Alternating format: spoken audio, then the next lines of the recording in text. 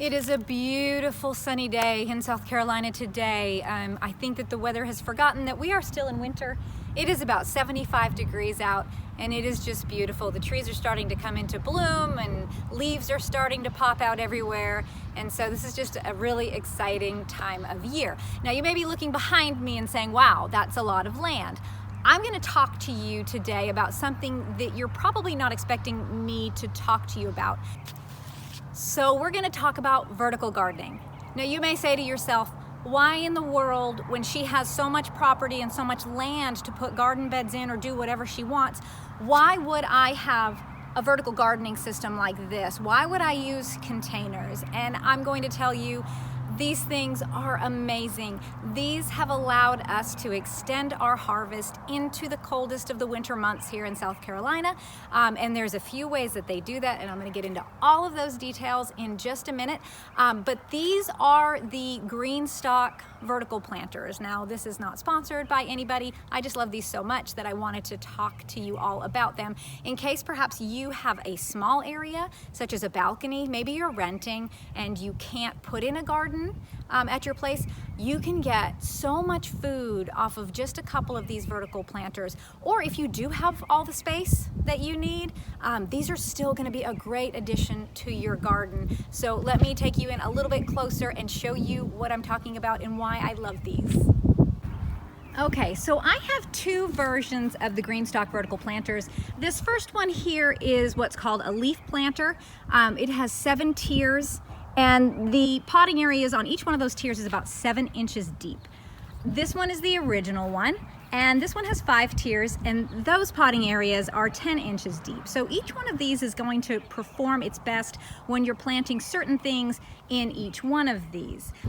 A few of the things that make these planters amazing is that, first of all, they're close to my house. I don't have to run down to the big garden if I'm needing some lettuce for a salad, if I'm needing some fresh herbs, or whatever I'm growing in here. I can just run out the front door and get it and bring it back in. So that's very, very quick.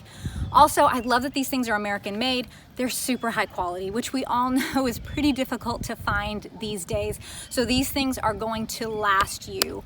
Another thing that's great about these is that they're not like other vertical planters. In other types of planters, you have problems with watering, and there's also problems with watering so much to get water down to all of the tiers of these that you can wash out a lot of your nutrients in your soil. These eliminate that problem, which is fantastic.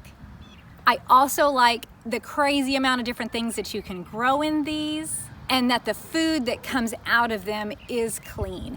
You're not watering and getting a lot of splashback of dirt on your lettuces, which if you have ever grown lettuce in an in-ground or raised bed garden, I have to wash that about 3 different times just to get the dirt off from the garden. But out of the Greenstock, they come out nice and clean. So there are different things that you'll grow in each of these containers. In the original, with the deeper pockets, you can grow things like tomatoes. Now you'd want to pick a determinate type of tomato. The next thing that you can grow are potatoes. I'm going to actually throw some potatoes into this, and I will harvest them as new potatoes, which are basically just small little tubers, but very gourmet, very delicious. I will have a main crop down in my garden, but I'll do some new potatoes in this original planter here. You can also do carrots, you can do beets, you can do so many things, peppers, and there are other accessories that go along with this if you're wanting to do more of a vining crop in this. You can do bush beans and get a great harvest off of that. The other one is going to be the leaf planter. Now this is going to be more for your greens, your lettuces, herbs, medicinal herbs, flowers. Now you'll see at the bottom here on this planter and that one that I have wheels on the bottom of these. They have 2 different types of bases that you can buy. One is simply a spinner base where you can spin it around. These wheels are what allow me to extend my harvest into the winter months. So when it gets too cold outside at night for my herbs or my lettuces or whatever I'm growing in here, I simply just move these and wheel them right into my garage, which makes it super convenient. But if you're not needing to do that and to actually move the planter, you can get the spinning base, which just simply allows you to rotate that planter 180 degrees. And I would do that every other day just to make sure that this sun is evenly distributed. You may find that things in the back perhaps get shaded, but if you're turning that each day or each couple of days, won't be a problem. Now let's talk about the watering system. Each one of these planters has a reservoir on top of it, and this just pops on and pops off. Now you'll notice inside of this reservoir that there's one center hole and then there's some smaller holes. The smaller holes are what water the individual tiers. That center hole is what makes the difference in these planters. When you are watering these, you'll go ahead and fill up this reservoir, and the small drips of water will go into this top tier. But that main hole there will actually funnel water down through the entire system. But if you can see right in there, there's a tray in there. As the water funnels down that tunnel, it stops in each one of these trays, and there's a tray in between each tier, and that allows those trays to collect water and water their tiers individually, so that you're not having to run a ton of water through the top of this just to get it to water the base. And so therefore you're saving nutrients, you're saving water, and these just perform so much better. And that's going to be the same with the leaf planter as well. Now, if you are going to be growing in containers or in a vertical system like this, there's a couple of considerations you want to take into account. And number one is going to be watering. You will need to water this every day. If it's really, really hot, maybe every other day. These are just going to dry out quicker than either a raised bed or an in-ground garden where there's more soil to stay moist. The second thing you're going to want to think about is going to be fertilizer. So I fertilize this about every 2 weeks.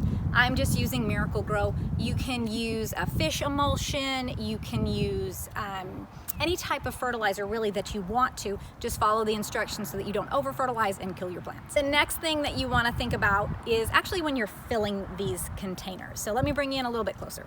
So when you're filling these for the first time, I typically use potting soil and then a mix of compost. And you'll want to fill them right to the top of this lip. If you don't, your seedlings will be shaded by the cup and they will be a little bit stunted for a while. Now, when I'm switching out crops in these, perhaps I've grown some Swiss chard and a few other greens over the winter, and those plants have kind of had it.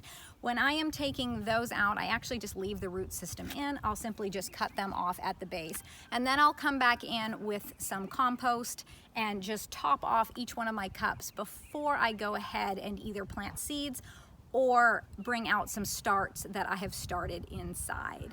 So I hope you guys will consider getting a vertical planting system, whether you have a tiny bit of space or a ton of space. They really are just amazing growing systems. Like I said, they're American made. They're extremely sturdy. I have even had my husband back into these because he wasn't looking behind him when he backed up. He took both of them out, and luckily they are still just as good as new. So I hope you guys might consider one of these. You may be able to grow something that you didn't think that you were able to. If you have a tiny amount of space or a huge amount of space, just imagine being able to have fresh herbs and fresh salads throughout the colder months, because you can give these guys some protection, whether that be in your garage or sort of just a protected place if the cold weather does roll in. Thank you guys so much for hanging out with me.